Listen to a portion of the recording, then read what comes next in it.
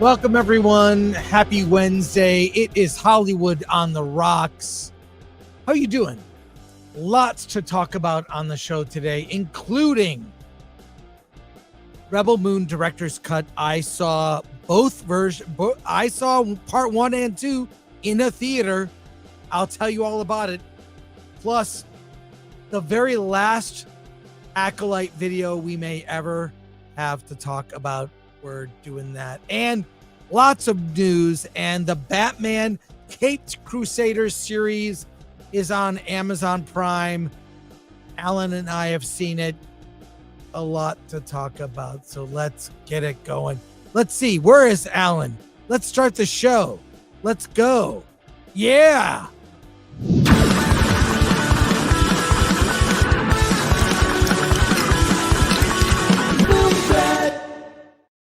He's here somewhere. I just it's time for Hollywood on the Rocks and Alan Ng to join me at some point. Where's Alan? Let's get him here. Alan, where are you? Alan? Hold on, Chris Gore. I'll call him for you. Alan. Oh. Hey, by the way, I have a bone to pick with you. Wait, right now? Yeah. All right. Okay, so we have a lot of friends in the space here, the YouTube space here. Yeah. And so I'm at our good friends That Park Place, and I see this headline: Kathleen Kennedy ready to retire, but is waiting for a win, according to entertainment analyst or analyst as. Who is the analyst? Okay, so let me scroll down here a little bit here. According to Film Threat's Chris Gore, on a recent episode of the Film Threat live stream, I'm sorry, my dyslexia is getting to me. On a recent episode of The Pro Show with WDW Pro. Now look, we like Pro. I've been on Pro Show many times. But you broke big news on another person's show. In fact, so much so that on YouTube, here, look at this. Mr. H, 4 hours ago, Kathleen Kennedy wants to quit Lucasfilm on one condition. First of all, by the way, that is wrong. I didn't say she wanted to quit. Okay, hold on. Let's go through this. Well, let me finish, Kathleen Kennedy wants to leave Star Wars after saving it. Major streamer controversy. That was this morning. Kathleen Kennedy. And then because of the headlines, it gets mixed in with Mike Zero's. Kathleen Kennedy is ready to leave Lucasfilm, which was done 3 years ago. Kathleen Kennedy officially ready to leave Lucasfilm from 1 year ago. And then we'll come down here. Kathleen Kennedy ready to quit Lucasfilm. Big update. That's from Mike Zero again. And Disney earnings call. Kennedy's planned Lucasfilm. You're breaking news on other people's shows. Well, by the way, most of the news that I break is on this show. Yeah, but not this one. You should watch this show, and then you don't have to watch some clipped video or a quote. Well, first of all, I've seen every episode of this show, and you have never talked about Kathleen Kennedy ready to quit, and you're on someone else's show. You break the news, and now days later, you can't even make a freaking video about it. First of all, you're right. But secondly, I find it ridiculous that these shows, and a lot of those are misquotes. What I said was she is ready to leave. She just wants a win to go out on. That she didn't have any conditions or anything. Just like, what's weird is in every one of these videos and stories, my words get twisted. Let me be clear so you can hear it from the source of all these videos. All right. Kathleen Kennedy is ready to leave. She is in her early 70s. She's ready to leave, but she'd like to leave Lucasfilm on a win, a popular movie, a big thing where she might have left when Indiana Jones and the Dial of Destiny came out. Had that been a huge $1 billion hit, she could have walked away off into the sunset as someone who saved Lucasfilm and kept the legacy intact. But no, that movie was a bomb and she was embarrassed by it. The Acolyte has been a bomb, and she is probably, if she's being honest, must be embarrassed by it. But that's what I was told, is that she just is waiting for a win, and that would be a good time to leave. She's not dictating conditions. It really, all these YouTube videos talking about this, it's like a game of telephone. It's so bad. And I am, from now on, my promise to you, Alan, is I will save the news for here, but all these shows are going to have to start watching us. Yeah. That's all I'll say. Yeah, because when I heard when I heard all these stories come out, and it's from you, I'm going, yeah, I'm not sure they got the story right. They did not get the story right. Yeah, I don't think this is exactly what Chris was saying. But and then what's weird is there'll be an article on a website, and these YouTubers will read the article on the website from me, from YouTubers I know, like Ryan Kinnell and Geeks and Gamers. Like, why don't they just ask me? So wow. It bugs me. But whatever. I'm just saying, let's start breaking some news here on our show. I didn't realize that 2 sentences made up a YouTube video story, but if that's what the people want, that's what they'll get with the little. And I know a lot of stuff, to be clear, I know a lot of stuff that I'm not saying. Until you're on Drinker's show again. About Marvel and other stuff. I know a lot of things that I can't and won't say because, like even the story about Marvel that about all the activists, it was like about 15 people. And so it would not get a lot of notice, like 15 people. Okay. That's not a press release or a big story because it's not a lot. Yeah. But I knew that. I talked about it on our show months ago, and it happened earlier this year, like back in February. No one noticed. I mentioned something I've said many times on Drinker's show that became a news story.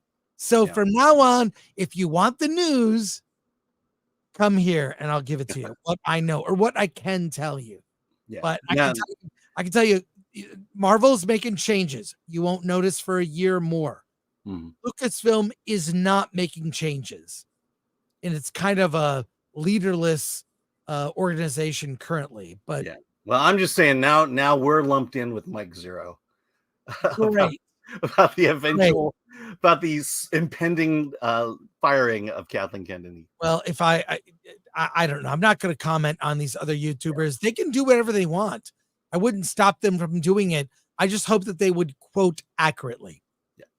I'm just saying, last year I was on Valiant Renegade show on a Sunday doing our thing, and I had already seen Wish and already had formulated my whole Wish rant, but yet I did not reveal anything on VR show, and I waited for this show to talk about it, and guess what? We won, Valiant Renegade won, WDW Pro won, everyone won, and I'm just saying, everyone's a winner but us. Well, look, in future, I promise you, I will keep the news here. Okay. So, all right. There we go. All right. Let's go to comments. First video of the day. Let's go to comments here really quick. Bring those up to say hi to everybody. Didn't even get to say hi. Let's go. Happy birthday, Alan. Oh, thanks, Lord Beth. Here we go. I'm reading my happy birthday message. Your birthday. From Solomon Thorne, happy birthday, Sir Alan. Thank you very much. From Gika Moomin, happy birthday. Ing the Merciless, I'll have a drink in your honor. Please do. Just one, though. Drive safe. MK Solid, another day of sexual energy from Alan Ng. You're damn right. Peter Ackery, somebody tell Chris that RRR is coming out on 4K Blu-ray on October 21st in Japan. There's a regular edition for $30 and a 5-disc ultimate edition for $100. The listing says region free. I will look for that. Thank you, Peter. I actually already have a 4K of RRR. Might not be legal, but I have one. Thank you. And Wes Ray, hail Film Threat. Hail Wes Ray. And Geek Truth 64, Chris, when did you get downgraded to an analyst? That is the dumbest credit I've ever been. Analyst, entertainment analyst. Yeah, I agree with you, Geek Truth. Again, that Park Place are friends of ours, and they do great work over there. Yeah. Oryx 221. So now that the Acolyte is over, can someone explain to me the significance of the Power of Many song? It has no significance. That's the significance. Yeah. It's Alan Horkin, is it racist to call it Chinese whispers? I think it's fine. Yeah. I mean, the Kung Flu is also accurate. Bill S. Preston Esquire. I'm shocked that 2 sentences can be turned into clickbait videos. Yeah, that's the stupidest thing I've said. I'm shocked. Literally 2 sentences, and they didn't even quote me correctly, which was good. Hey, finally a birthday super chat for Alan. Oh, from Chrisic for 5. Chris, to be fair, when you said that on the Drinker Show, Will's eyes popped out at the statement. Go rewatch his reaction to your statement. Yeah, that's true. He did. I thought I just assume, like, I watch a lot of other streamers. I assume they watch me, and I'm guessing now that they don't. Yes. Like, literally, Gary does watch us. Mm-hmm. I know, because he comments from Neurotic. But yeah, some of these others, they don't watch us, Yeah. I mean, I can, like I said, I've seen every episode of the Film Threat live stream, and you've said it a lot, and you said it for a long time. So, well, because of the Kathleen Kennedy thing. Let's get this out of the way. It's Alan's birthday. Yeah. The real parties bore me, but I know I'm going to get a big bang out of this one. Oh. And there we were, in mud, up to here. It's oh!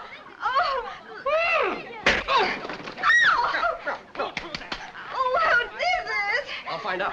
Stop it! Do you hear me? They missed me.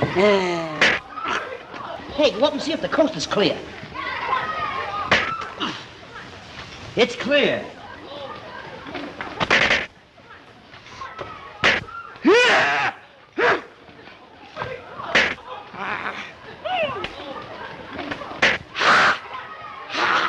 What did it scare me? Not a bit. Oh, the old soldier like I am.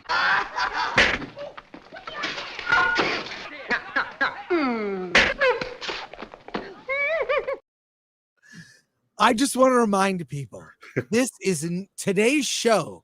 Hollywood on the Rocks is not a birthday stream for Alan. He didn't even mention his birthday. Atomic Lori had to tell me.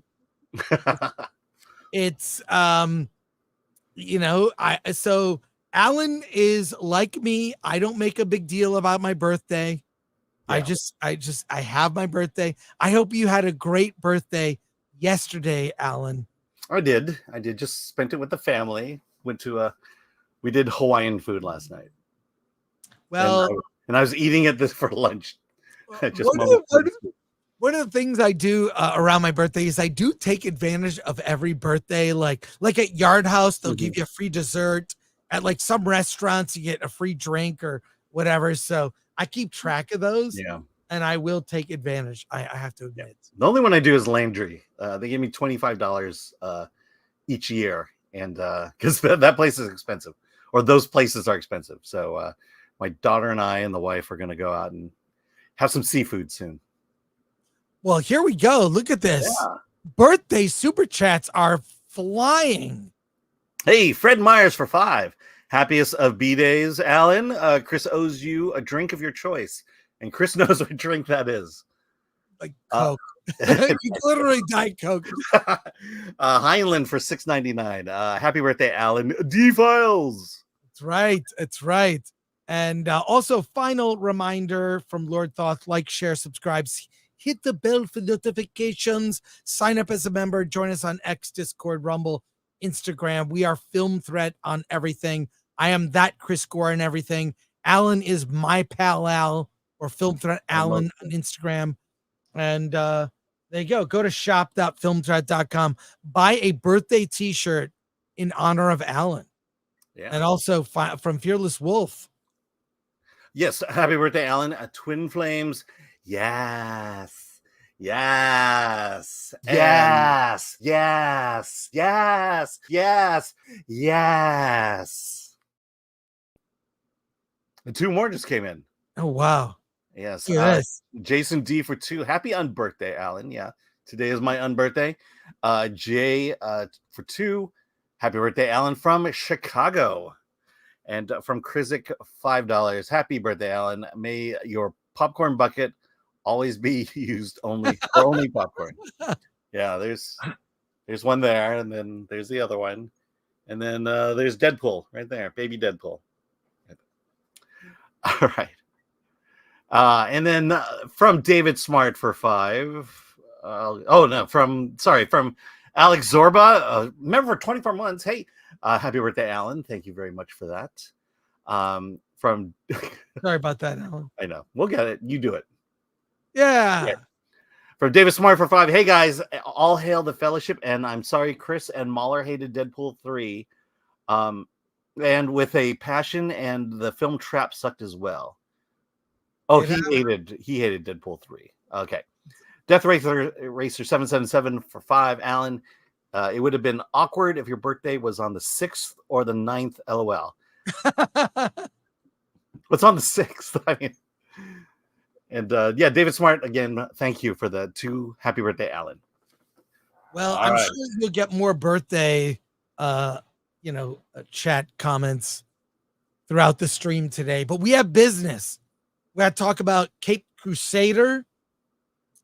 Cape Crusader, we will a special tweet. What? Let's look at this. Oh, look. Oh, hey. Here we go. All right, show it, MK. I'll share it. I'll share it. Share it. It's very funny. It's Alan. It's not racist. Look at that. There you go. It's Alan on an elephant. I know. Wow. This threat. That's awesome, man. You could not have been more wrong on everything in that photo. Right.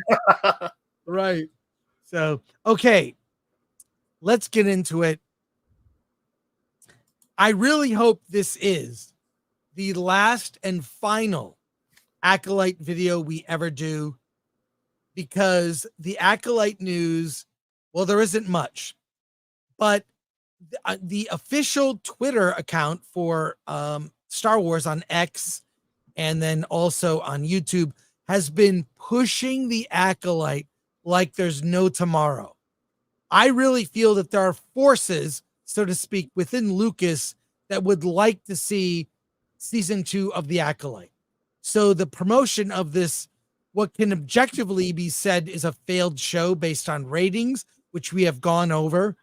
This show was not a resounding success. It failed with critics and fans if you look at the scores and the reviews.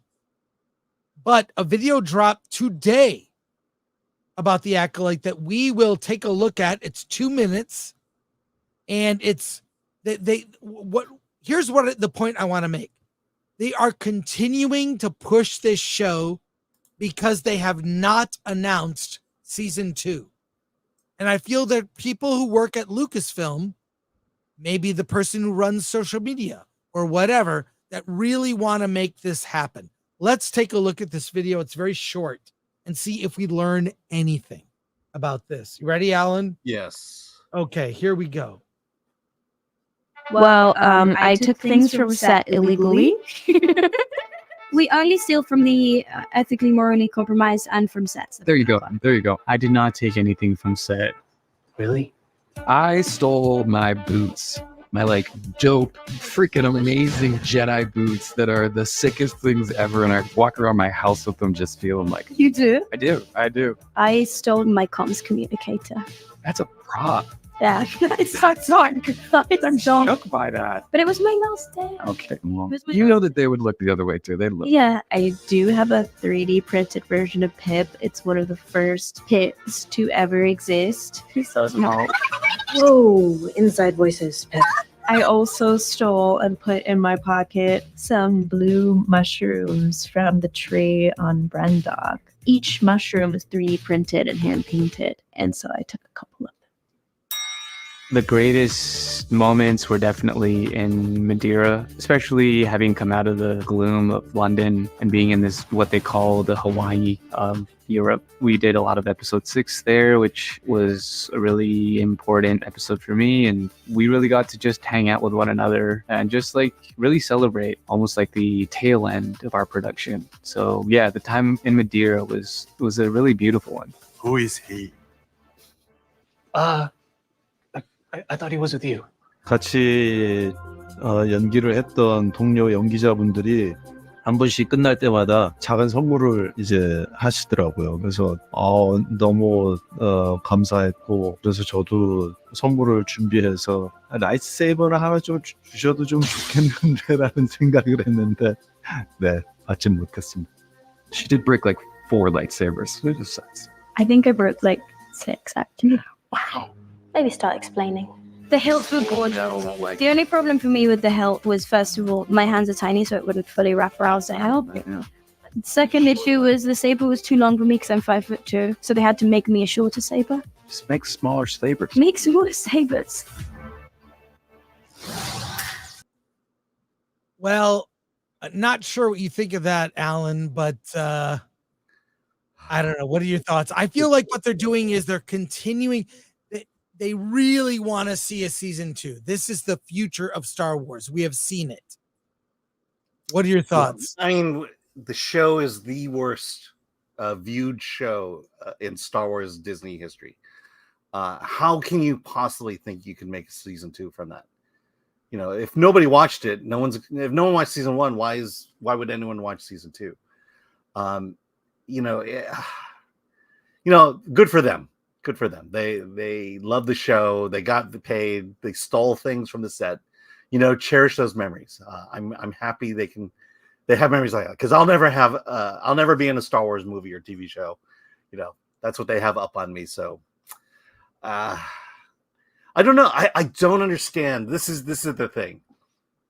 I don't understand why this show and this show only has gotten the attention that it has compared to everything else. And maybe it's the circles we run in where the stuff is always on our mind, but no one's talking about this like House of the Dragon. No one's talking about this about other TV shows. Rebel Moon, no one's talking about it like this.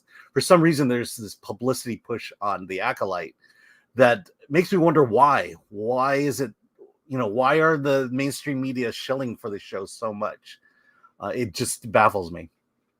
Yeah, same. I think really what it is that Lucasfilm wants a win in this show, and they want to drum up fake enthusiasm for it. And I mean, by the way, people steal from sets all the time. It's usually like, I want to take something from this as a memory. So I know other channels might do a rage bait video about the criminals on the set of The Acolyte that stole from the production, but that's a pretty common thing that happens. And a lot of times there are like crew gifts, there's like commonly from the producer will do crew gifts, but I'm not surprised about that. But I don't think this will drum up enthusiasm for The Acolyte. And this will, without a doubt, be the very final and last video we ever do on The Acolyte. Yeah. Well, I mean, wait. May the thread be with you. Yes. May the thread be with you. By the way, I think the real reason why they're pushing The Acolyte so hard is because Kathleen Kennedy wants to quit Lucasfilm, and this was her way out, and now she has to stay with the company. Hopefully, Andor is going to do really great, and then she can leave finally. Yeah, I mean, look, you don't want to leave on a down note. You want to leave after you've won the Super Bowl. After you've had a big win, then you retire. And nothing that's coming out from Star Wars is looks to be that kind of success. So. Well, think about it this way: what movie executive ever quit on top? That's right. They don't. But they usually get pushed out. Exactly. All right. And then all their projects get canceled, and their heads are hung low. Let's go to the comments here because we have a lot to talk about. All right. Claude9 gifted 1 Film Threat membership. Yeah, I was just on Rumble today. I'm sorry, Discord today. So join us on Discord for the conversation. D for 10. Movies, film threat. By the way, I wrote the lyrics to the song. Mm-hmm. Eric Stratton for 777. Seeing the Stooges reminded me of my great aunt telling us about shaking hands with the Three Stooges in the 1940s when they visited Buffalo. They're short. I'm sure they are. Yeah. From the bottom. Okay, Geek Truth 64. A real question: if no one wants it, is it stealing? Exactly. Yeah, or if they can't use it again, is it stealing? John Platt, Disney Acolyte is a complete crock of Acolyte. Knee Pain gifted 5 Film Threat memberships. Thank you, Knee Pain, and thanks. Talk to you on the nooner. It's great. Anonymous, Anakin blew up the Death Star. Oh, what a brainlet. Did I read that right? Okay. Drake Timbershaft for 999. The reason they kept talking about the Acolyte is because it is the Manos, the hands of fate of Star Wars. Yes.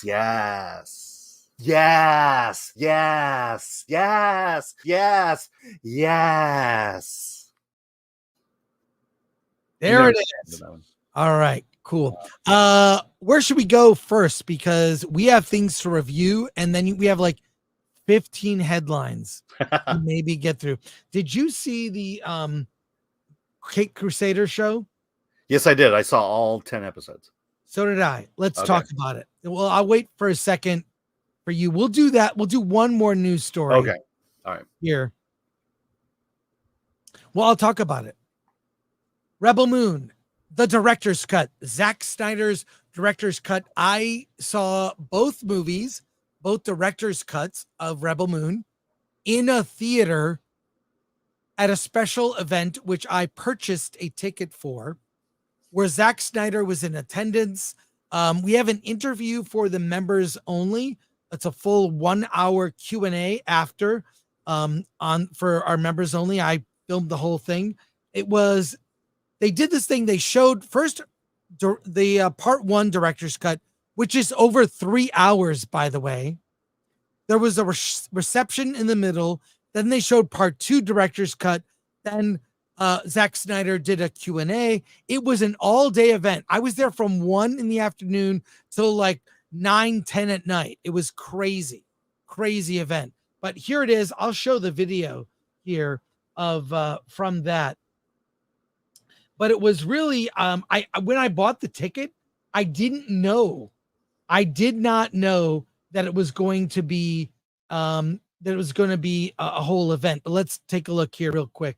Hey Zach, as the credits are rolling. Before we go into this discussion, I have these 3 hats. Sorry, I found in my office.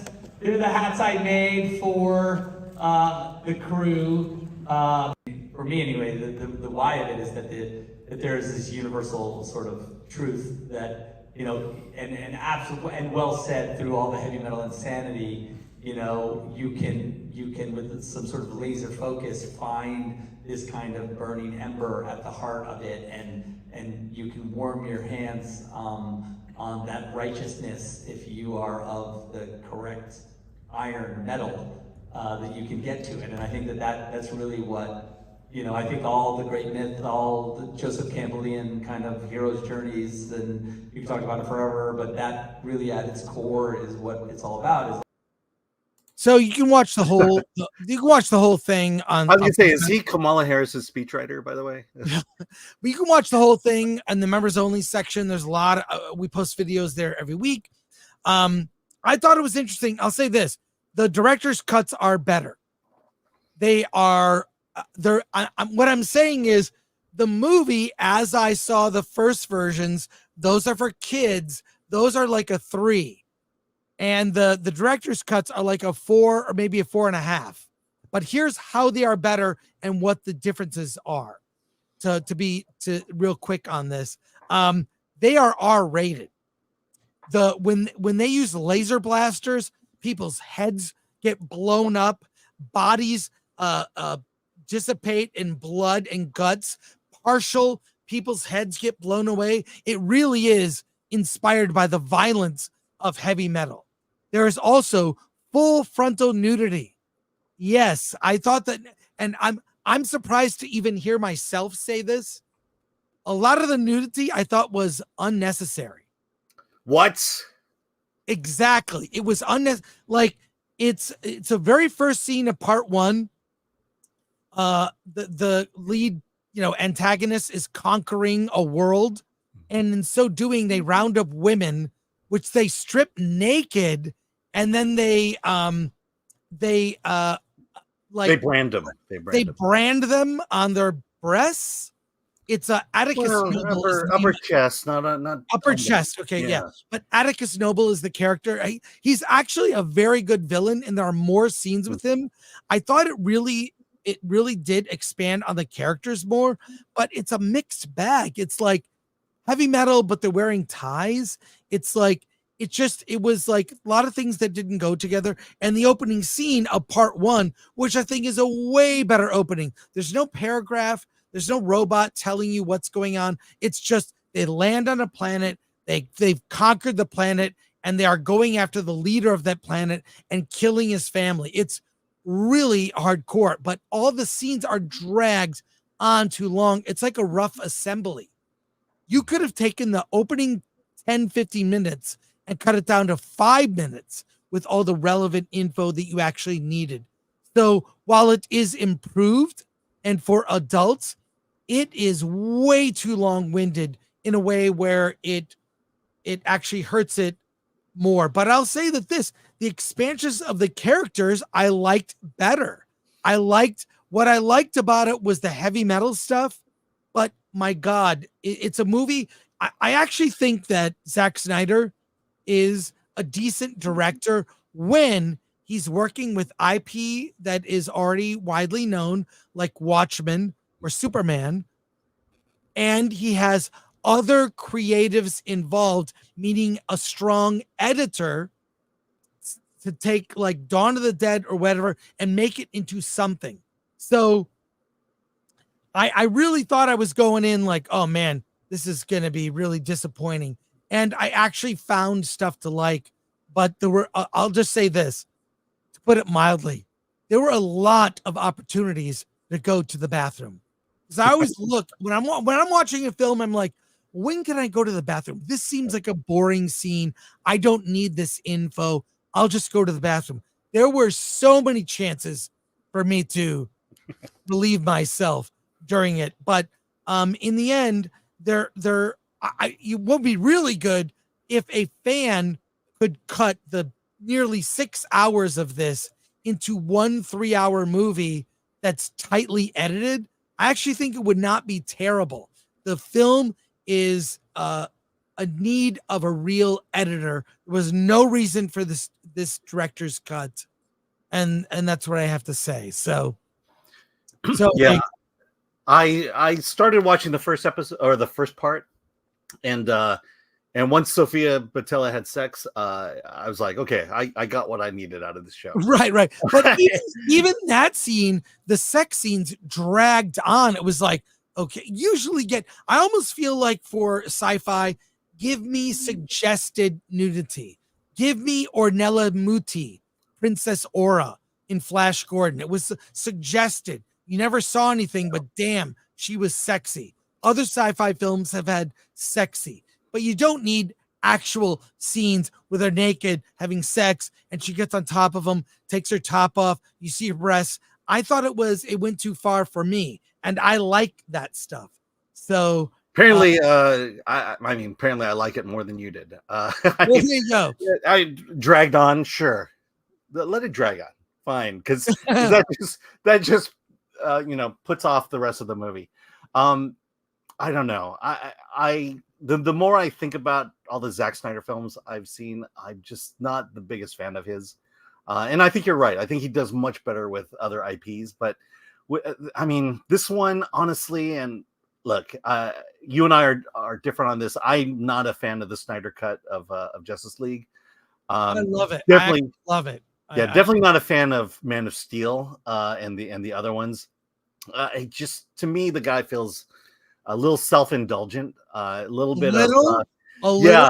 like my shit don't stink.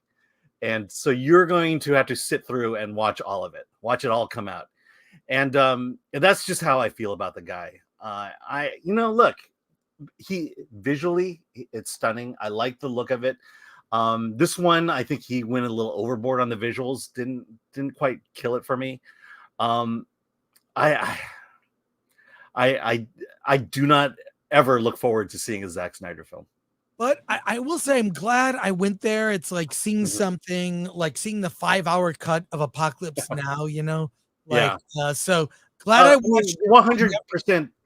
Seeing it on the big screen would have been much better than seeing it on my television. It actually was better on the big screen. You could really see the what went into building the world. And it's more inspired by heavy metal than Star Wars when you see it on the big screen. At the same time, I will never see this movie again.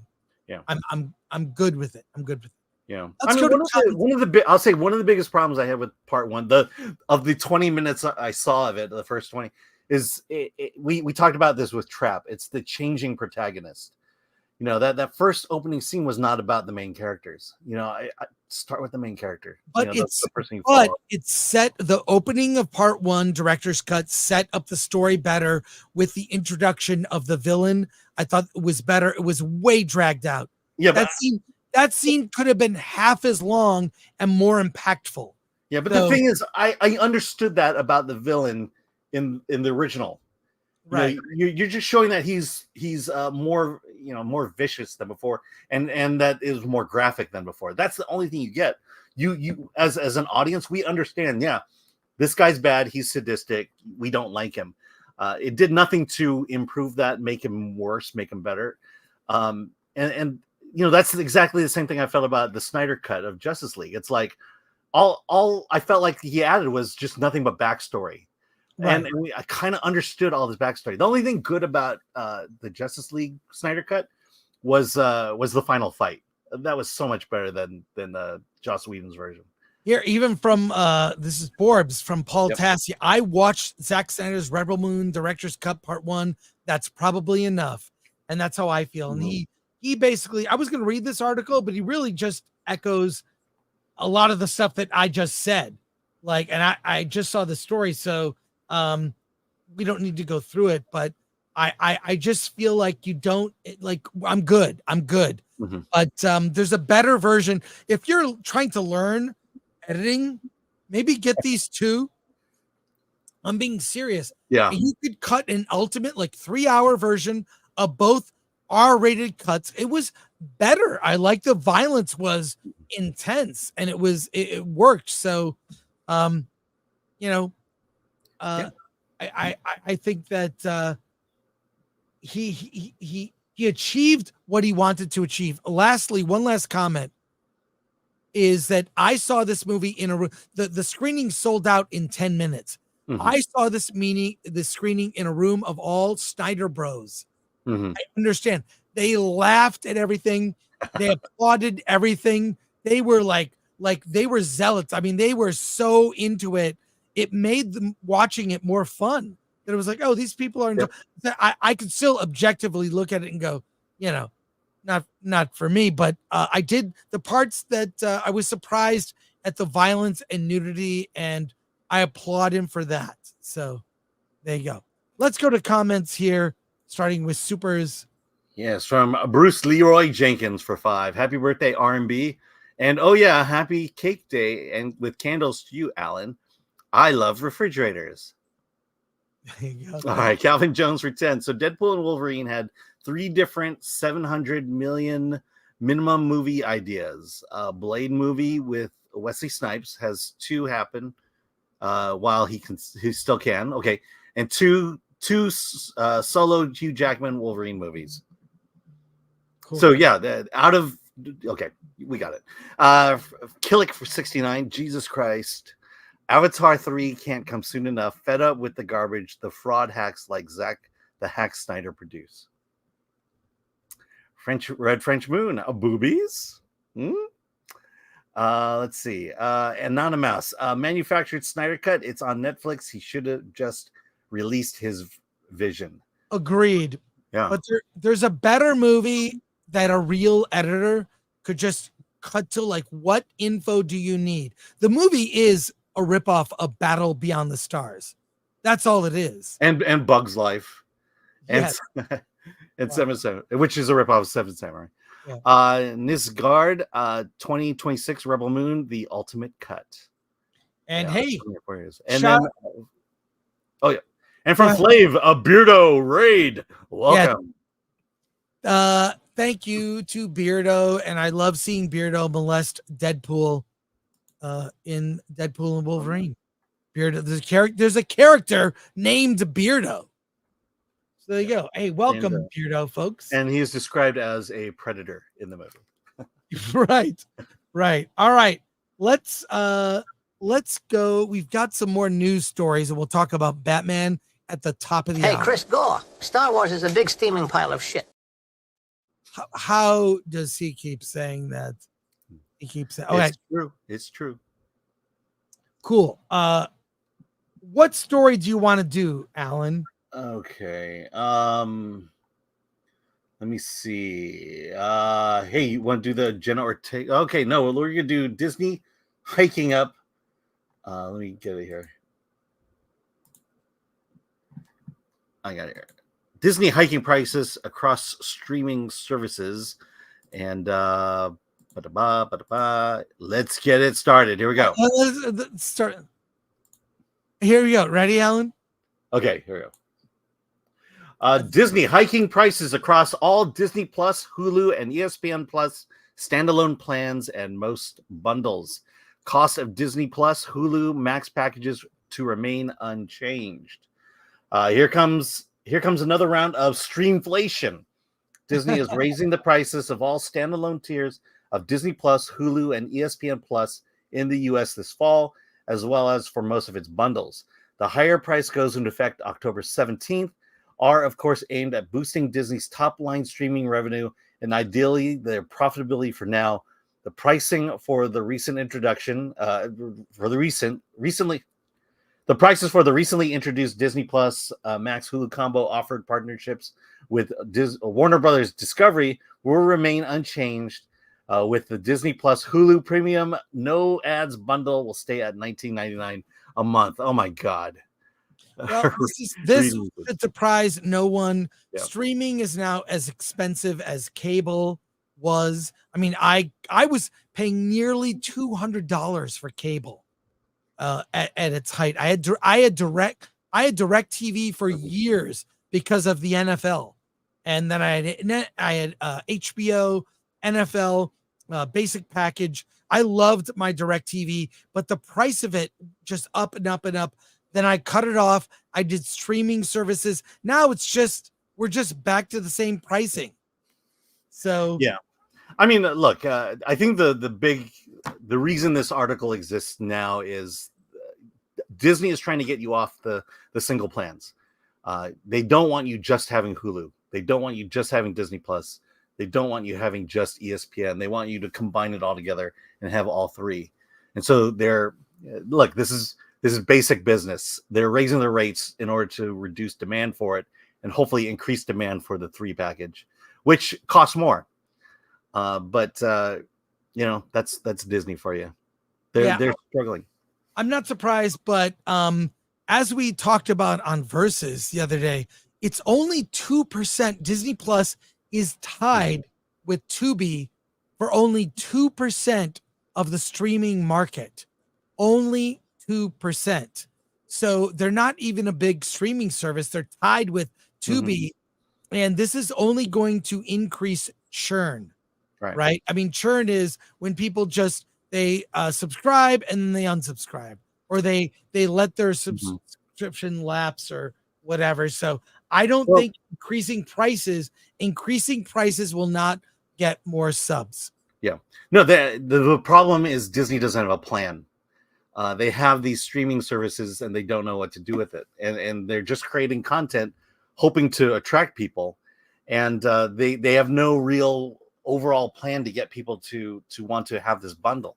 I just reading an article that apparently this is the first quarter that Disney streaming has seen profit, but I think a lot of that had to do with the cuts that they've been doing over the time. Also, they mentioned that streaming when the subscription rate went up when Inside Out 2 came out, because people wanted subscribe to watch Inside Out, the first one, the original. But again, that just speaks to the fact that they have no plan. The future of this bundle package is haphazard at best. Yeah. Well, I'm not surprised, but if you look at the stock now, it's like $80. It's not going up. And this is after all the changes. So I don't think that's I don't know. It's kind of sad, but I think Disney, here's the thing. I have everything I want from Disney. Mm-hmm. I have Blu-rays of all the classic movies, Bambi and Lion King, and I have all of that. Literally a shelf. There's all the animated movies. I love them. Here's the Marvel movies I love. I have them. Here's the Star Wars movies I have. I got them. There's nothing for me on Disney Plus that would be new that would get me to subscribe. So I'm good. Yeah. They'd be better off licensing their stuff to other platforms. Right? I mean, even the NFL, the NFL has received many offers to be exclusive on one place. Mm-hmm.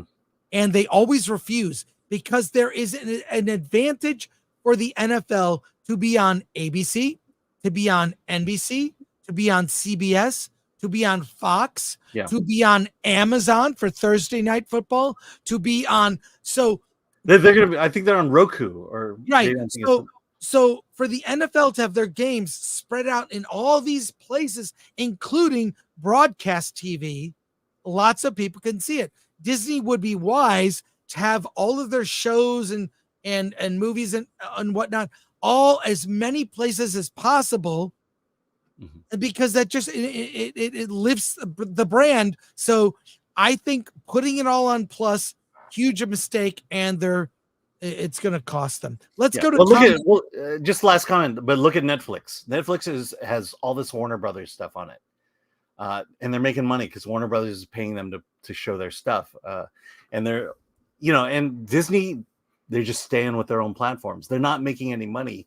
The only revenue they're getting is from subscriptions, versus Warner Brothers, where they're getting off of Max, and they're also getting it off of Netflix. Right. So we'll see. Hey, let's go to comments here.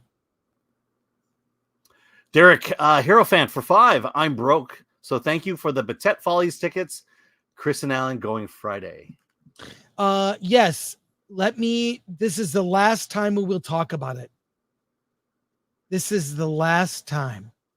The Batet Follies of 1939 is a burlesque show inspired by The Dark Knight, with a very sexy Catwoman. It's a show that's at the Montalban Theater in Hollywood. Tickets are free. There is a link in the description. Use code FilmThreat for tickets to Thursday's show, which is tomorrow, and use BAT100 for the week. This is the last weekend. BAT100 is the code. Get tickets to the show. This is the last opportunity to see it. So you are welcome, Dark Hierophant. I love free stuff. I love to give free stuff to members and people who support us. So thank you for that, and have a great time. Go to there's a really good bar I go to in Hollywood, right near, it's in walking distance of the Montalban. Go to the Frolic Room. I know the bouncer there and the bartenders.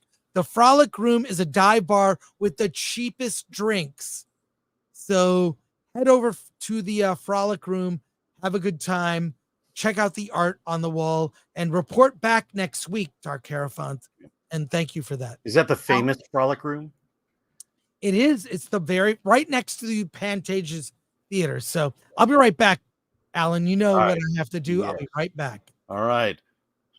Excuse me. Caveman Dave for 10 pounds. Do we think that the new mask, same test comment by RDJ is more in reference to bringing new life into the MCU, similarly to the effects of 2008 Iron Man? I think Chris has been talking about. It comes from Age of Ultron, where Iron Man, where Tony Stark wants to build an iron dome around the Earth to protect it from foes like Loki at that time. I believe that's what he may be talking about. That Doctor Doom wants to save the Earth from outsiders, from Beyonders. All right, Brock Samsonite. I've been saying this for some time now. All streaming services will phase out adless. Will phase out adless option in favor of forcing you to watch ads with your content. Yes, you are very perceptive. Ads bring in money. Let's just put it that way. More than the subscriptions. Dark Hierophant. Cancel Disney Plus. You will be fine. Gung Ho Mac. DirecTV and cable resurrections are coming. Yes. I in fact have DirecTV myself. And I think the only reason I'm keeping it is because now I can watch it online and not through my satellite. And so I can watch TV when I'm not at home. Darth Yeager, Disney is sneaky. My cable company recently added Disney Plus to my package at no extra charge. Don't want it, but I have it. Yeah, I believe Spectrum is doing that. A lot of people have Disney Plus where it comes, where you get like a deal. You'll get like it's part of like premium packages, right? Right, you get it free basically. Yeah. Yeah, and what that does is it allows Disney to claim these free subscriptions as new subscribers. And we're in the earnings call, and that's why I mentioned that. Dark Hero fan, yes, love the Frolic Room will report. And from Claude 9, but can Dr. Doom save the Earth from himself? Dun dun dun. There you go. All right, we have time for one more news story before we review. Let's do this. You said you wanted to do this one, Alan. Okay. Jenna Ortega. All right. Let's do that. Let me grab it here. All right. Jenna Ortega from Variety. Jenna Ortega says, approaching everything I do with the confidence of the average white man changed my life and made me feel better.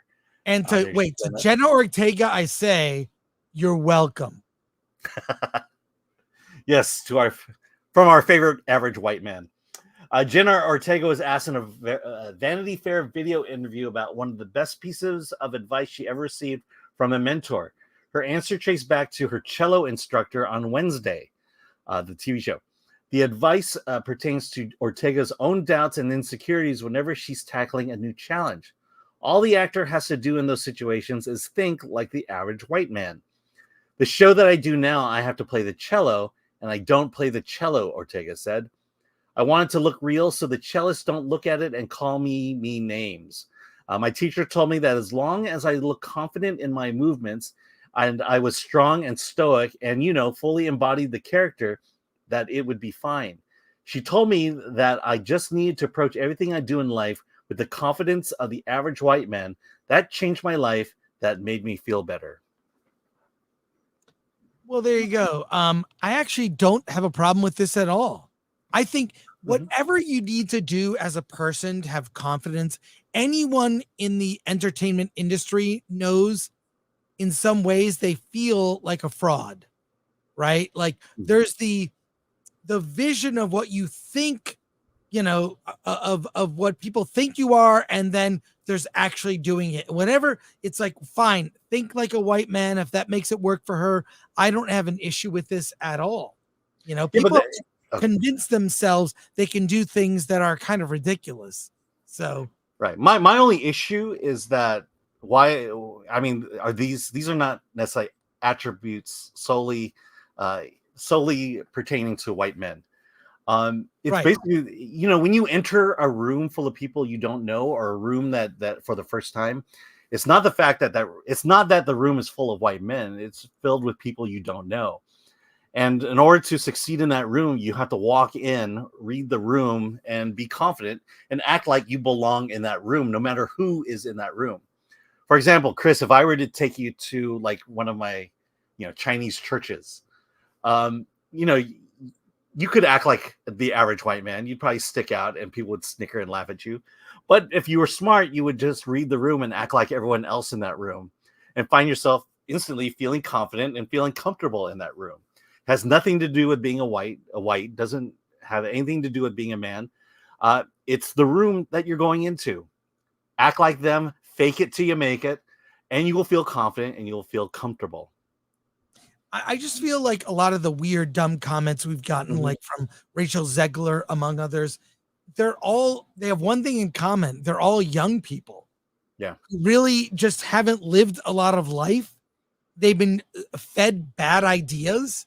But I really like Jenna Ortega, actually. Yeah. I already have tickets to Beetlejuice. I can't wait. I don't have anything inherently wrong with, like she said. I think she's giving good advice. I just have the issues with the white man comment because, again, it has nothing to do with being white or being a man. I think she's being honest, and so it's honest for her. And she is a kind of a kid, to be fair. And she hasn't really said anything overtly mean or she hasn't said anything too stupid. I think she's just caught in this weird world of entertainment. And really, on Wednesday, I admired her for pushing back against a lot of things against the writers. Yeah. For protecting her character. Exactly. She had good instincts. That dance she did as Wednesday was amazing. She made that up herself. Yeah. And that was great. Yeah. But, okay. So the last thing on this is a mentor of hers who's telling this. When you talk about white supremacy, this is the origins of it. It's white men are not going out there saying, I'm white, I'm supreme. It's people who, these mentors who just instill it upon her that white supremacy exists. So when you go into these rooms, you have to act like, white people. It's this default attitude that white people are automatically better than you. And this is where we get into the problems. This is where I always go to what Morgan Freeman said. When it comes to race, just stop talking about it. We're all Americans. We're all people who are on this in this country together. Just learn to get along, and race has nothing to do with it. This is a weird thing. I met you a long time ago. Did we ever talk about race ever? No, we only talk about, honestly, the only time we ever talk about race is when race becomes a subject.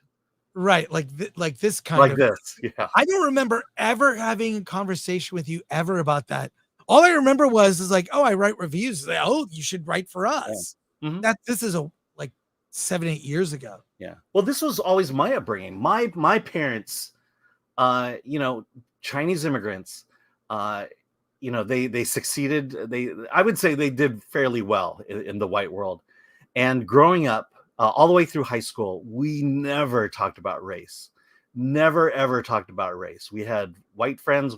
My first friends were Jewish, Black, and Hispanic. And we never talked about it. They were just my friends at that point. Never have my parents ever said, don't trust these white people, or white people this, white people that. It was never brought up. It was about how to get a job, how to get along with people. That's all we talked about. As it should be. All right, let's go to comments. Maybe one more news story, Alan. Which do you think? Actually, we should do comments. Let's do comments. Yes. But like pick one more news story and we'll do that. And then we have to review the Cape Crusader. Here we go. Starting with supers. Okay. Magnum Norse for 10. We love Alan and Chris and everything behind the scenes. Y'all bring levity to reviews that we need. And also I'll be a subscriber for life. Film threat for life. Thank you, Magnum Norse. Thank you. From Kamchi for $4.99. So the demon monster KK, Kathleen Kennedy, will be sealed away for once it came. Will be sealed away for once it came. Also, the state of Warner Animation. I know Wokeman and the Cancel Coyote law firm, but does that continue somewhere? Oh yeah. Yes, right here. Okay. Let's see. But that there is a Crisis on Earth trilogy along Shelley Stone own Crisis event. I haven't heard any buzz along any Warren animation. Abuse, they kill it. I guess they kill it. All I'll say is, first of all, thank you, Kamchi. You're generous, supers, both of them. Yes. And I like what you're smoking. I don't understand the super, but I appreciate it a lot. So thank you very much. All right. And thoughts on fitness with Nigel for 199 British pounds. Chris Allen, you said no more Acolyte. It was one time. It was very short. It's a video. Until it's the next time. The video dropped literally an hour before we went on the stream. Also, by the way, I'm supposed to do Sam Tripoli's podcast, but there were technical details. So we're going to reschedule. Okay. But I was supposed to do it. That's why we were late today, but only by a few minutes. Okay. Young Ho Mac, Jenna has white privilege now. Yes, if you act like you have it, you will have it. Hieronymus, woke people version of fake it till you make it. Sure. Oh, that's right. Yeah. Yeah. Blumio, 1991. How does the average white man think? Yeah. And Bill Espresso Esquire, it's a funny line, but the average white man works 40 plus hours and is still poor. They're self-conscious without being able to claim imposter syndrome, and they have to apologize for their privilege. Unfortunately. Yes, I feel bad for white people. Dr. Certifiable for 5 regarding Ortega. It's the supposition of white men rule the world. Not that offensive, maybe, but an eye roll at least, feeding the racial division at worst. Yeah, I'm really sort of sick of that racial division. I think the election is only going to increase that, unfortunately. Yep. And I can't wait till it's over. But I say call out people who push division. I really call it out. It's not helping. Yeah. I mean, in calling out racial division, the louder we are, the more we talk about it, the more we'll drown out the phonies on the other side. Yeah. All right. One more story before we go to Batman. What do you got, Alan? Okay, let's see. Vince Vaughn or Kate Winslet or both? Let's see. Well, I haven't read the Vince Vaughn thing. Do you know about it? Yes, but everyone's covered that. Kate Winslet. Okay, Kate Winslet. All right. Okay. There we go. Your browser has lost connection to put your screen share audio. Okay. Kate Winslet says crew member told her to sit up straighter and hide her belly rolls on camera.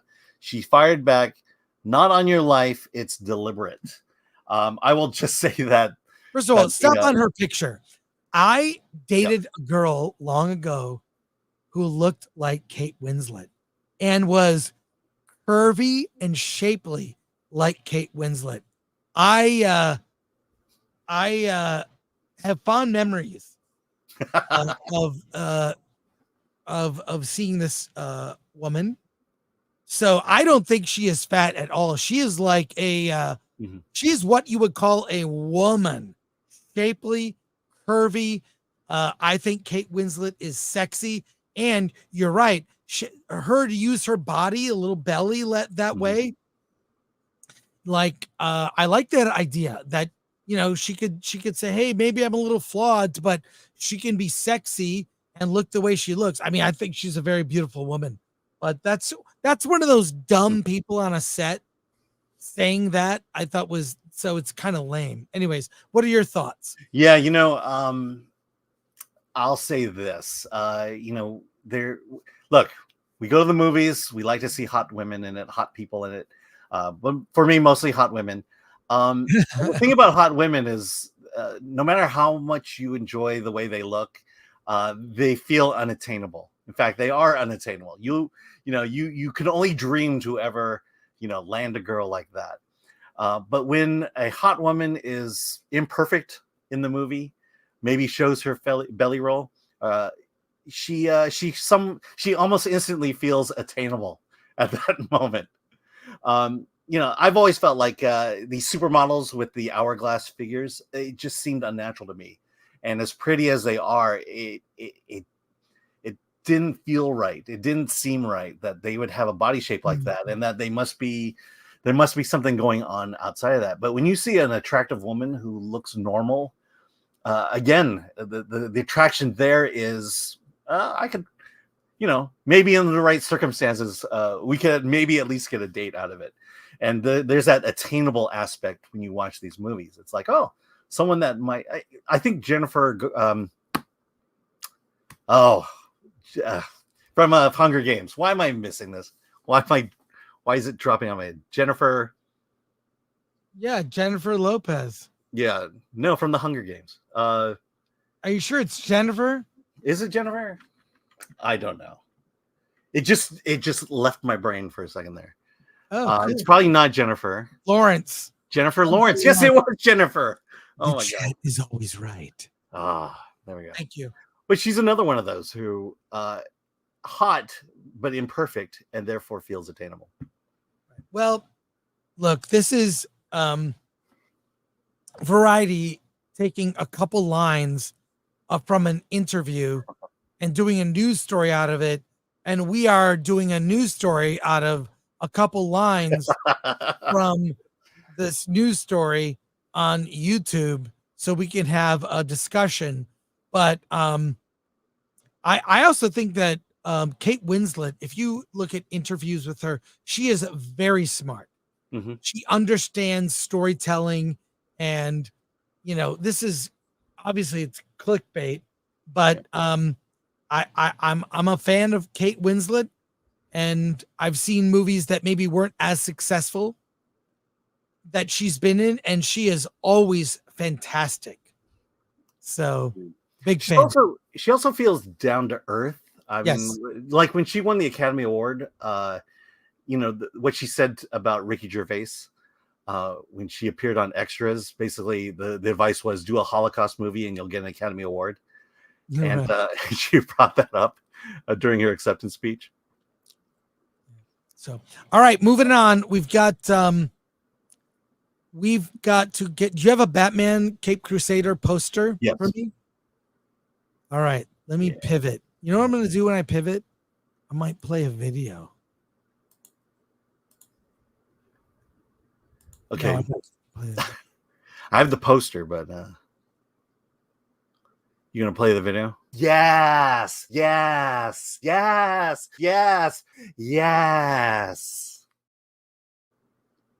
That was the video. The Batman Caped Crusader show from J.J. Abrams and company has now dropped. All episodes of the show dropped on Amazon Prime within a week ago, and a couple days ago. I've seen it. I've seen all 10 episodes. And to be clear, I was a huge fan of the Batman animated series from Bruce Timm in the 90s. It was a great, the look of it was like, those old Superman cartoons. I thought it was phenomenal. The Batman animated series, they introduced characters. There were whole storylines and arcs in it about different, like Mr. Freeze, the Joker, among others. The character of Harley Quinn, created by Paul Dini, debuted in the Batman animated series show. The Cape Crusader is a different take set in the 1940s, where Batman is kind of a side character, at least in several episodes, is kind of in the background and not really the center of attention. I don't know what they were thinking when they made this show, but it's not an understatement to say this is DEI Batman. And nobody asked for this. Alan, what did you think of Batman Cape Crusader? Yeah, I agree with you. It is DEI Batman. I remember watching the first few episodes and thinking to myself, is Batman even in the show? Right. It was about Barbara Gordon mostly. Batman just seemed to be an afterthought. And then the thing that really stuck out to me the most was the title credits. Okay, J.J. Abrams. We there's all the baggage with that, but you have Matt Reeves, Ed Brubaker. You have all these people who should know better, and to produce a show like this baffles me. This show should have been a whole lot better than it was. It felt like, man, bad woman. Oh, sorry. Yeah. Man, bad woman, good. That's what this show is. Every female character in this is the hero with the exception of maybe one. Every female character, they go out of the way to basically position them as this person is doing the right thing. All the men in the show are idiots. Like they have a race swapped James Gordon, which so what? They've done that. We saw it in the Batman. And also, who cares? But then they have a Barbara Gordon, and it's in every instance when there are women on screen, they are basically saying the right thing to do. All of them. And there's even, I want to hear your examples. Let me give you one example that really annoyed me. Bruce Wayne is told to go to the psychiatrist, right? And those scenes are just the woman berating the character of Bruce Wayne, not the character in the room, the actual character of Batman and Bruce Wayne as a whole. She's critiquing that person as an idea. Like it's as if the show, like you basically asked like AI to make a woke Batman animated series. That's what this is. Yeah. I mean, you have other examples. There's like whenever. Well, I just say the examples happen in every episode. You know, it's like the women go out and do all the investigative work, and then Batman comes in and punches people. And that seems to be the way that the episodes roll. You know, if I were to say anything good about this series, I would say this. I really enjoyed the last 2 episodes. It deals with Two-Face, and weirdly enough, it features Batman the most. Right. You know, and I'm like, look, if you're gonna watch the series, just start at episode 9 and end with episode 10. In fact, start at episode 9, and what is to come will be unburdened by what has been. And because all the crap that happens in episodes 1 through 8 make no difference to my enjoyment of episodes 9 and 10.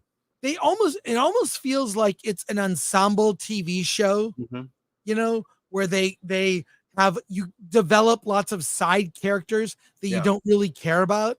That's what the first 8 episodes do. Like Batman's hardly in certain episodes is hardly even there. Yeah. And then that episode you talk about where he's going under therapy, it is, you're right. It is a berating Batman. It's if you just don't look at the scene, hear what they're saying. They are critiquing Batman as a character, like the whole. So it's deconstructing Batman. It is so. No one asked for this. I mean, you know, thankfully the episodes are like 25 minutes. So forever. I remember getting to episode 7, thinking to myself, I'm almost done, and then realizing, no, I have 4 more episodes to go. Right. Oh God. You know, and look, this is, I mean, the instructions going forward, the orders going forward with the series was make Batman for a modern audience and make it DEI as hell, which I find interesting because if it's made for a modern audience, though it takes place in the 1940s, but it brings in all this 2024 crap into it. Right.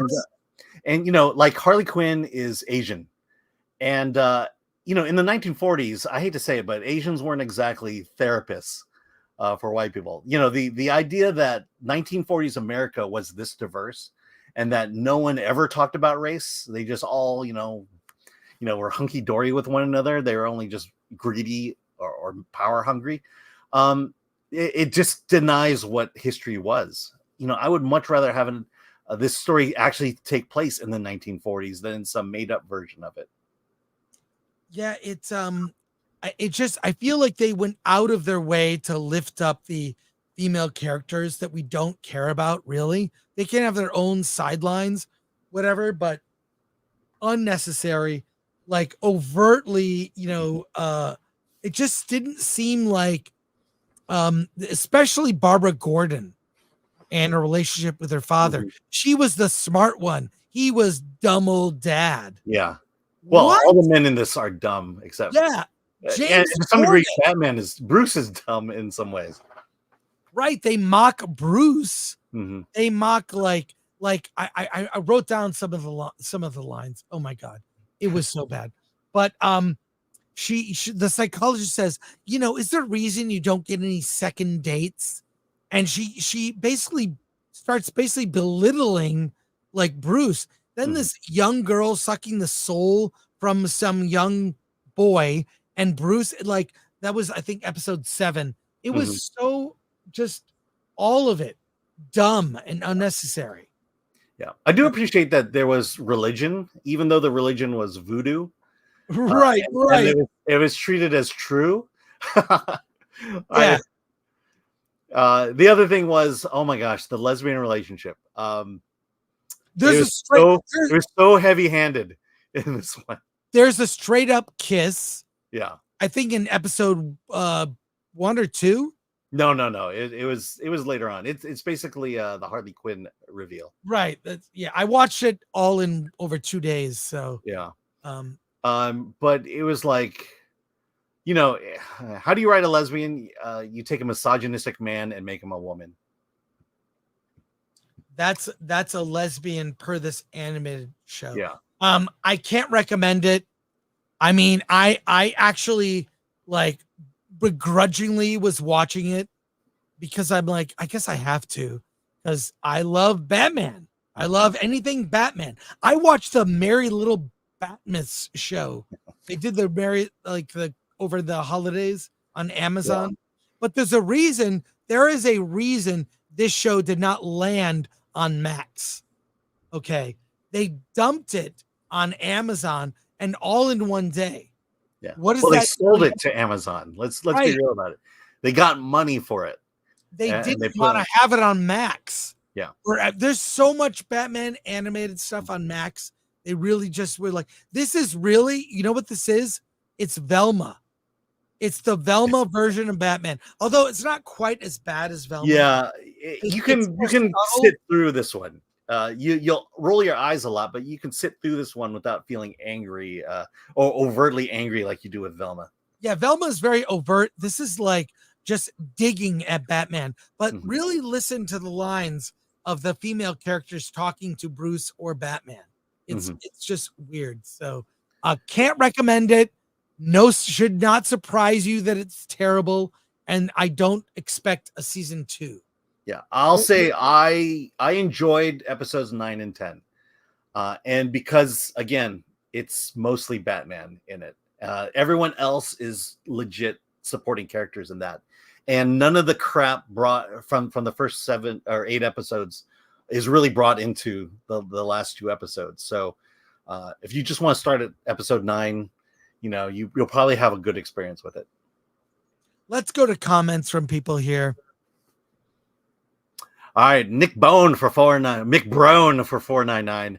A little comics division is fine. There you go. All right, Albert, not a retro for $2 Canadian.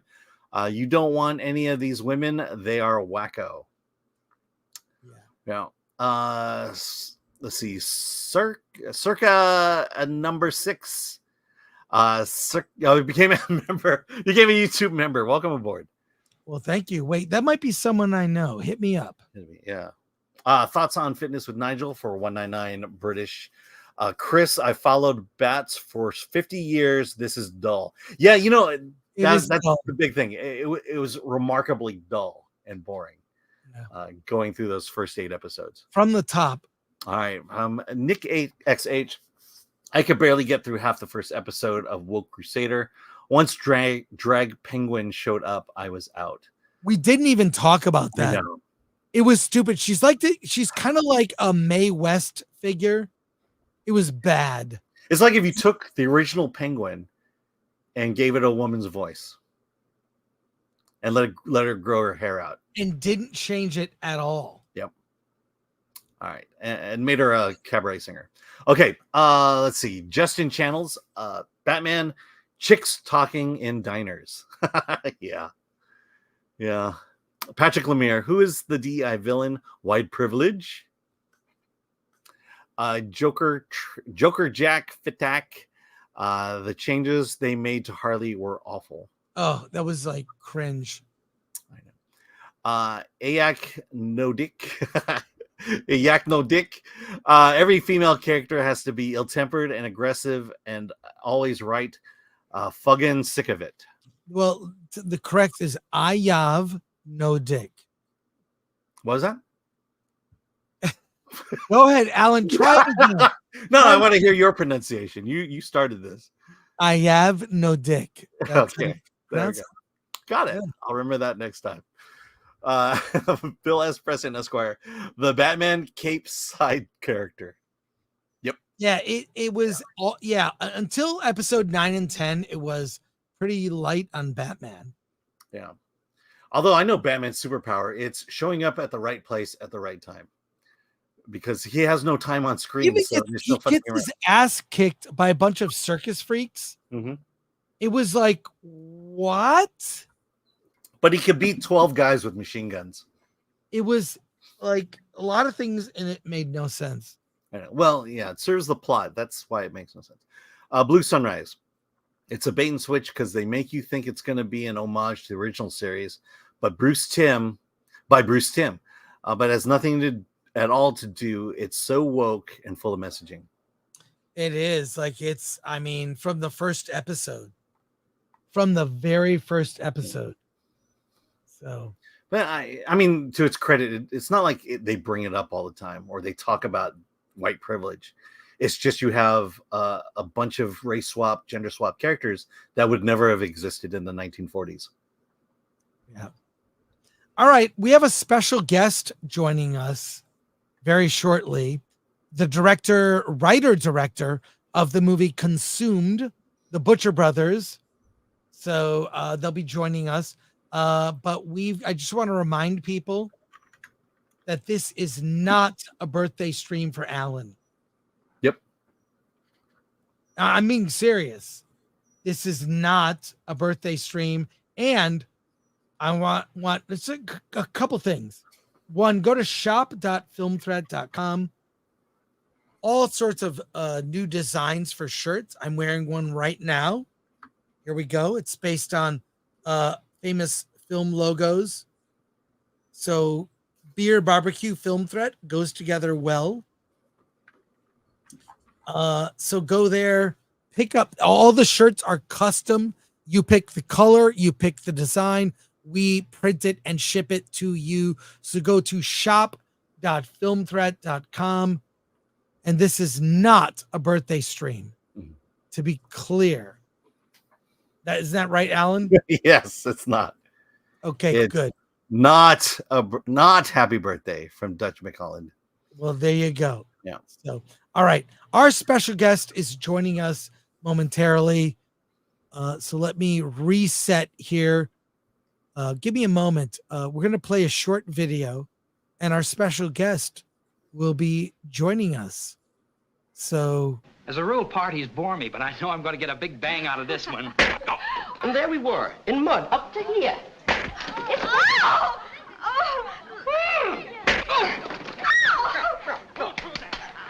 who's this? I'll find out. Stop it! Do you hear me? They missed me. Hey, go up and see if the coast is clear. It's clear.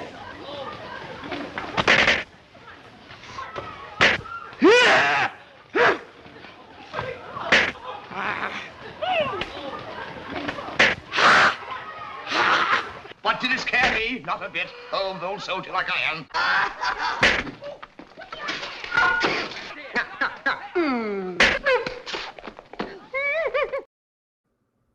joining us on the show to tell us about their new film, Consumed, are the Butcher Brothers. Let's get to it and talk to them. Wait, we have to do this correctly. Okay. Let's talk to them.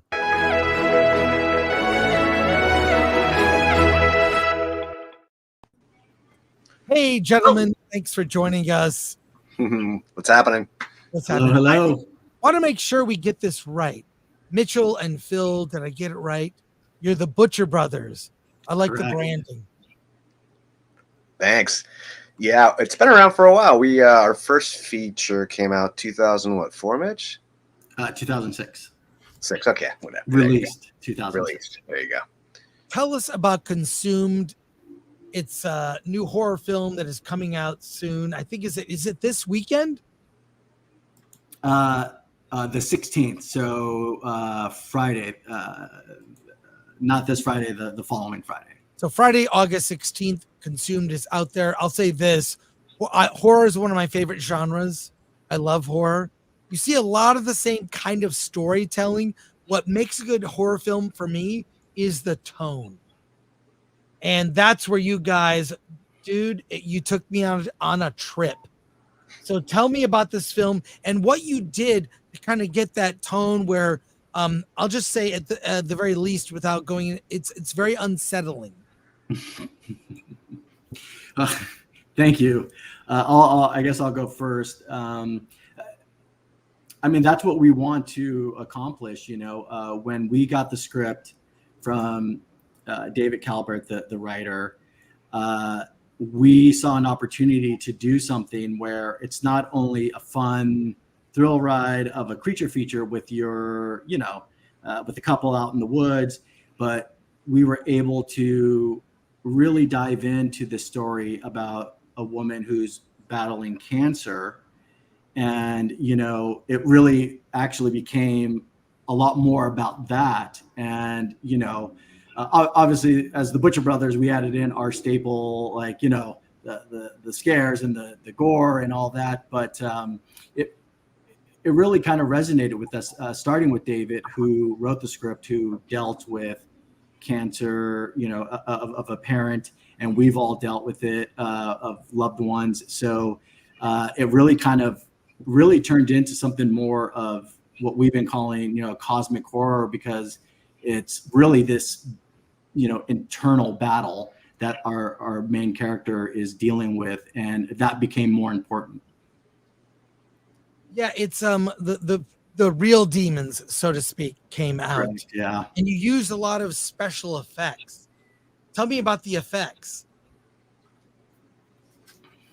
Yeah, like Mitch was saying, with David's screenplay, he had embedded in this creature that was very descriptive. He had a good idea of what he was thinking ahead of time, and that informed us what we should create. It's a lot of practicals. I don't know if that came off or not on the screen, but that was kind of the joy of it, was going back and leaning on those old styles of practical, especially in the woods. You want to kind of use like this old formula, 3 characters in the middle of the woods, keep it as tight and as real as possible. So that was the genesis of it. And, a Wendigo by nature is cannibalistic.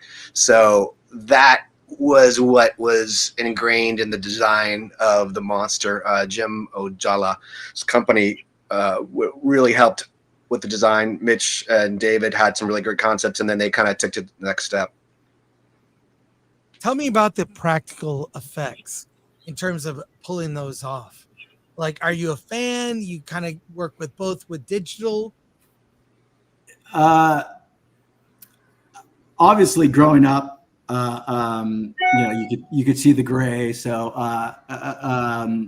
practical effects, it just means something to us. It's something that is like, you're so passionate about.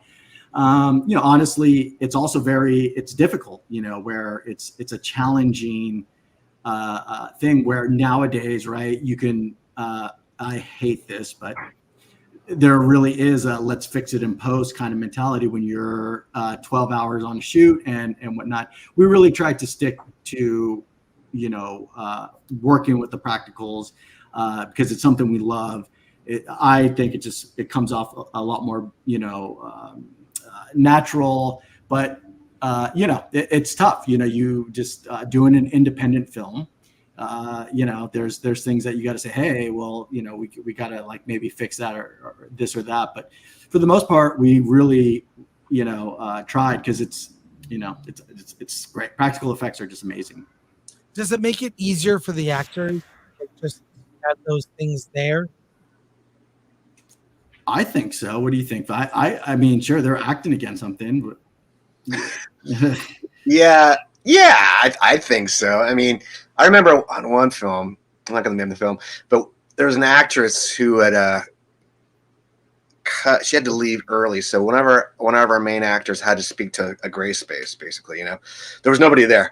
And I was like, just imagine you're on that green screen talking to a giant blob, and she's like, okay, I think I get it now. But it's not the same thing, right? It's like you have no eye contact, there's no emotion. It's difficult, and the actors who do that every day in all these giant films, of course, we give them kudos and credits. I think they would probably much rather be on a real set where things are interactive for them. I'm sorry, my horror is dealing with terrible internet right now, but that's okay. Hey, we've got almost 3,000 people watching live. We've got questions and comments in our chat. So we'll get to those comments in a moment. And questions. Tell me about what some of the challenges are. I mean, I think that we're like about to enter a new golden age of indie film. Hollywood is entering a phase where they're spending way too much money on these movies, and profits are thin for Hollywood now. So things are shifting, and we're seeing like horror is a solid genre, and horror is, for the most part, generally low budget. I mean, you can make something under 10 mil. Talk about like Talk to Me last year, a big hit from A24, among so many others. So tell me about that. Like, we're entering like a new phase of a celebration of indies, in particular horror, which is a beloved genre for me and a lot of people. I mean, you really kind of hit it there. It's a genre that's so loved, and you're right. You can do so much with it. When we got this script, XYZ was behind us, who, they do quite a bit of amazing, genre work, and supported us all through, from the script to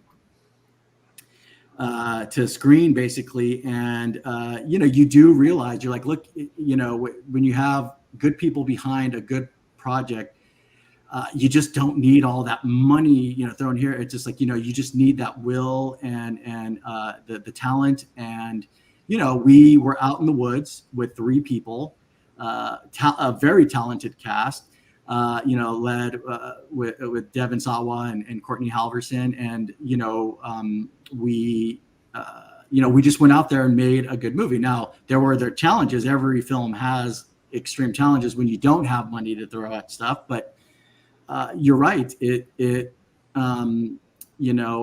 seeing some of the best stuff. I mean, Talk to Me. I was a huge fan of Barbarian, and I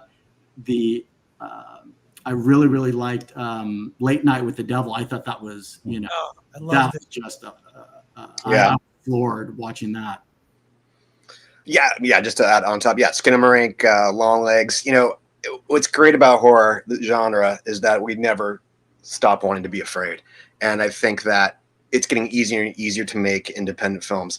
Now, getting distribution might be a whole different thing, but I feel like that the OnlyFans world, if that continues expanding, it might be a self-distribution scenario that we're looking at. So it's just a matter of how many looks, likes, follows, all that stuff that we don't always love, but we know it's part of the filmmaking process to get your film seen. And I think we're going to see so much great raw talent out there.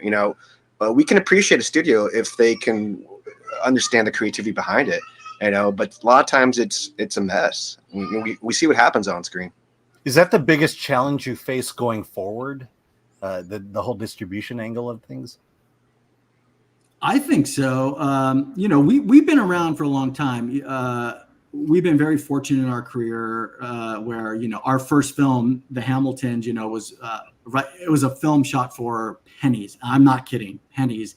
And it was distributed by Lionsgate. And then, we've, done studio work and have always kind of gravitated back to indie filmmaking, because just as you both are, saying, it's you have more control, and I feel like you can really put out what you want to put out. But yes, distribution is always a question mark.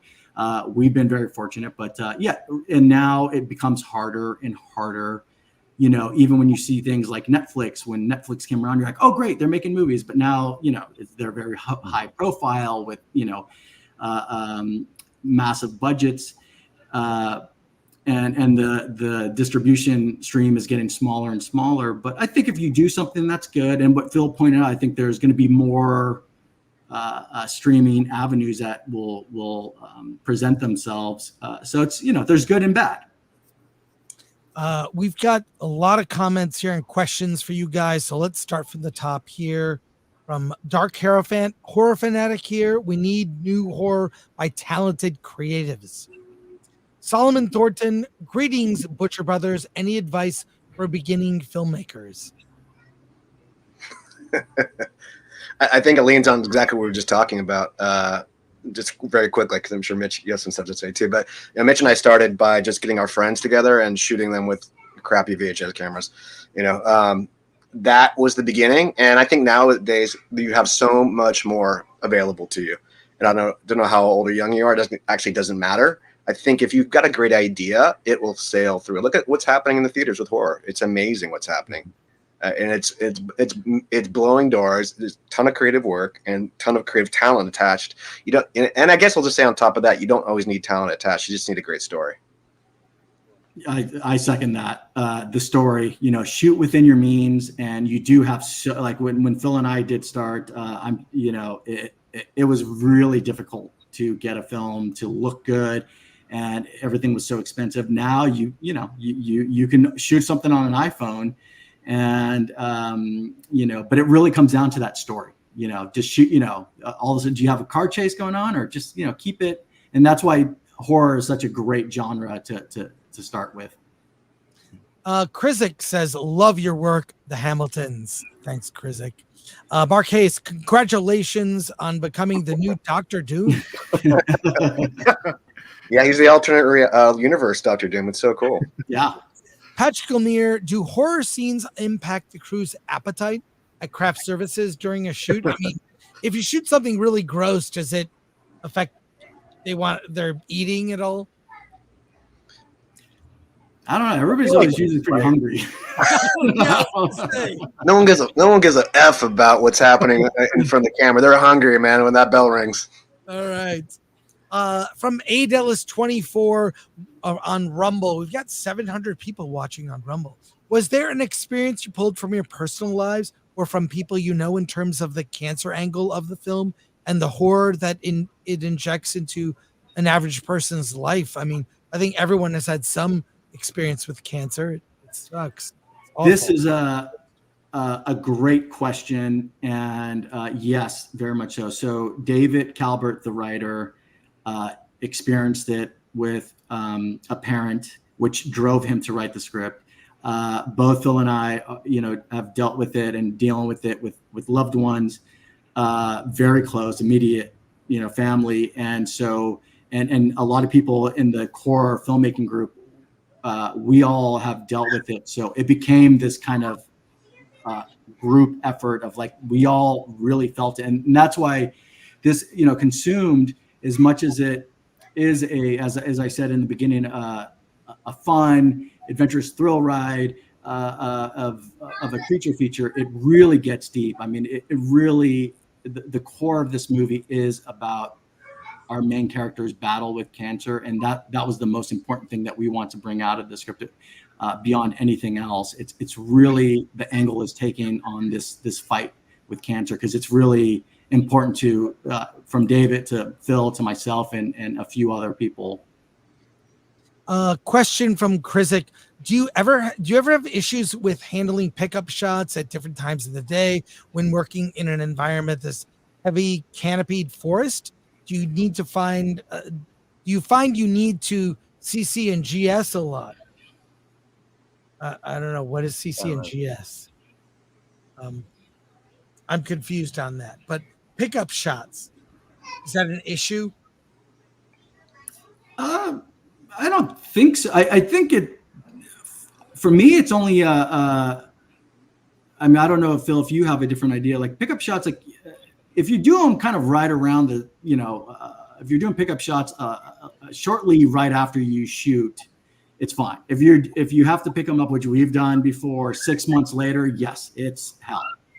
But you could usually match stuff nowadays, and if you got a really good team, they're going to be able to match everything. And now technology is so advanced that it's easy. But it's more of like, oh great,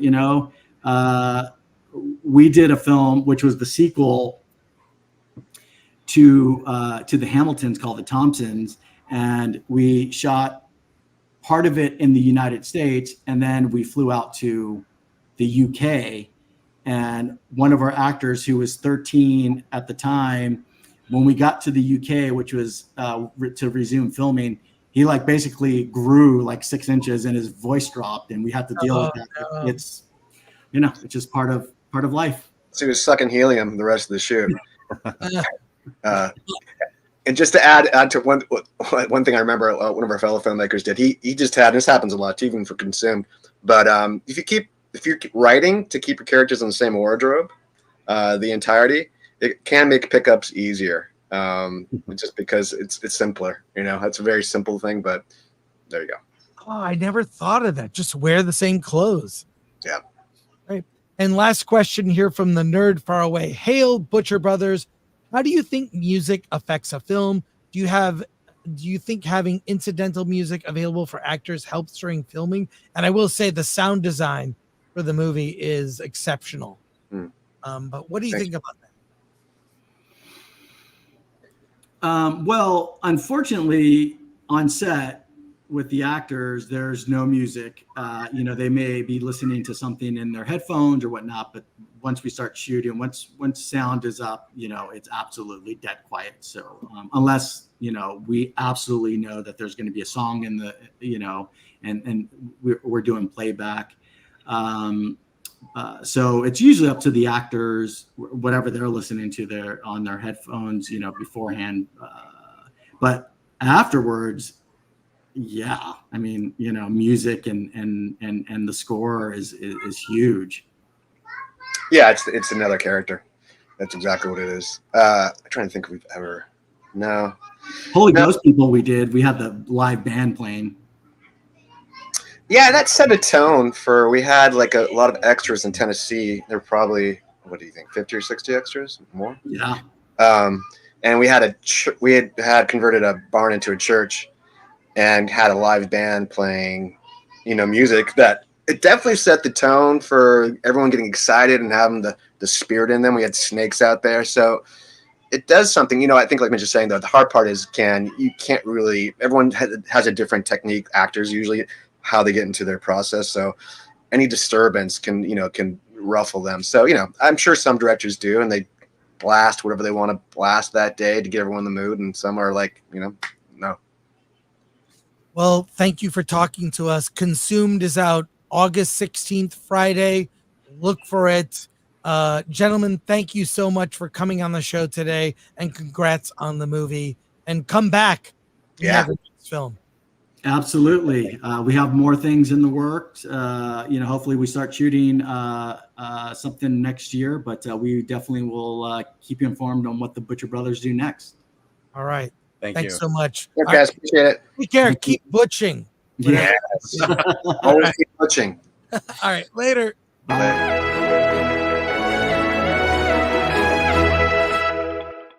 Well, there you go. A nice interview to the day. But we have a lot of supers that are for you. I'm not ignoring them. This is Alan. Here you go. All right. Oh, and we had one come in for them at the last minute. Just start with that one. Okay. From Albert, not a retro, for 5. Butcher Brothers sounds like a wrestling tag team to me. Wrestling horror. What do you think, guys? Think about this idea. Use James Mitchell in it. Well, Albert, I'm sorry we missed them, but I know they'll be back. These guys are very prolific. So thank you, Albert. Let's go from the top. Okay. From Krizik for 2. Alan, I officially removed 1 birthday from you. What? Eddie Brock 9043 for 5 euros, 5.99 euros. Will Crusader disrespected 5 of the Robins in episode 7 by having them as victims of the soul-sucking girl. Chris, how's that freaking IKEA chair? Don't even get me started. Don't get me started on that. You know, that's okay. So that comment, because my daughter was asking me about that, I go, I don't remember them mentioning or having 5 Robins, and now I know what she meant, and she'll be very upset when I finally realize what she was talking about. Oliver Lavery Farag for 5. Happy birthday, Alan. Thank you. I can't believe you share the same birthday with RMB. What a coincidence. It's crazy. Hey, your son. Hey, son. For 20, happy birthday, Dad. Happy birthday, Phil. Hey, Project Egg Roll. By the way, my birthday with Lucille Ball. Nice. All right. Kamchi for 199. Basically, they killed CN Animation. What do you think? Cartoon Network Animation. What do you think? Yeah, they killed it. What with this? What's that? With Batman or would you... No, Cartoon Network is no longer. Okay, it's a general statement. So what I think is it's sad. So many great shows came from it. Mm-hmm. I always liked Adult Swim the most of anything. So, but I'm very sad about it. Because it went woke. Well, that's part of it, but also it's AI and like the market is so crazy. So I don't know. I'm sad to hear it. Yeah. MK Solid. Alan's Kate Winslet thoughts were interesting. These days, if a normal girl is thin, she becomes very unattainable. Men just swarm them. I would say that if you think thin girls are unattainable, just walk in with the confidence of an average white man. That's what I do. All right. From Hannibal Grimm for 5. Run by fruiting. Oh, run by fruiting. Or run by fruiting. Or run by fruiting. Albert Not a Retro for 2 Canadian. No hard feelings. I should have been quicker. Oh, good, Albert. Thank you. And do we have time for another topic? No. We're gonna hold it for Friday. Okay. Friday will be a big show. We're talking Borderlands. We've got so many films to review. It's kind of crazy. I'm seeing 3 movies in one day. I'm doing what I call an Alan. Yes. So I'm seeing It Ends With Us tonight. I'm seeing I'm going to see that one Borderlands tonight as well. We have Dance First. We have a screener of that, but we are doing. Then we have an interview also on Friday as well. Yeah. Friday And I'll will be reviewing the Millie Vanilli documentary. Oh, I can't wait. Is it a doc? Yes, it is. Oh my God, I can't wait. And last chance to see the Batet Follies of 1939. Use the offer code link in the description for free tickets. BAT100 is the code. And after this weekend, it's gone forever. Well, yes, it is. Unfortunately, yes. Yeah. So buy the merch there. Buy the merch. You got in for free. Buy some merch. All right. That wraps it up for us today. I want to thank our mods, Lord Thoth. I also want to thank Glenuccio and Atomic Lori. So there you go. And a final super chat. Chris for 5. Chris, now that I know you're going to my studio's film, I don't need to get you the popcorn bucket. What are you talking about? What's your studio? What are you talking about? I don't even... Let me know. Well, Chris wants the alien popcorn bucket. Yeah, which is only at Cinemark. Can you hook me up, Alan? Well, I mean, you're going to be in the area on Friday. Oh, yeah. I'll see you Friday. Yeah. Yes. Oh, there's a Cinemark over by the Honda Center. So a final reminder that another reminder, all weekend we are covering D23. I'll be there on Friday. Alan will be there on Saturday and Sunday. We will be putting videos exclusive to members. We're also doing 2 live streams from the floor of D23. We will report and we will bring you all the news on Monday, but follow us on the weekend on the channel for that as well. So, and Atomic Glory informed me there's a Cinemark in Chino So she will be getting me an alien popcorn bucket as well. Yeah, I'm just saying when you're there on Friday, sneak over and see if you can get one. Well, they're not out yet. All right, they're not out. Movie's not out till next week. All right. Well, hey, it took me a half an hour to get the baby Deadpool popcorn bucket. By the way. Oh my God. All right. Thank you, everyone. Happy birthday, Alan Ng, my friend. I will see you Friday. I'll buy you a birthday drink. Oh, thanks. And I know you don't drink, so I'll drink it for you. I know you will. Yeah. So, all right. That's it, everyone. Thank you. Friday, don't miss the show. And all weekend, we're doing D23. So let's effing go. Alan? Let's get out of here.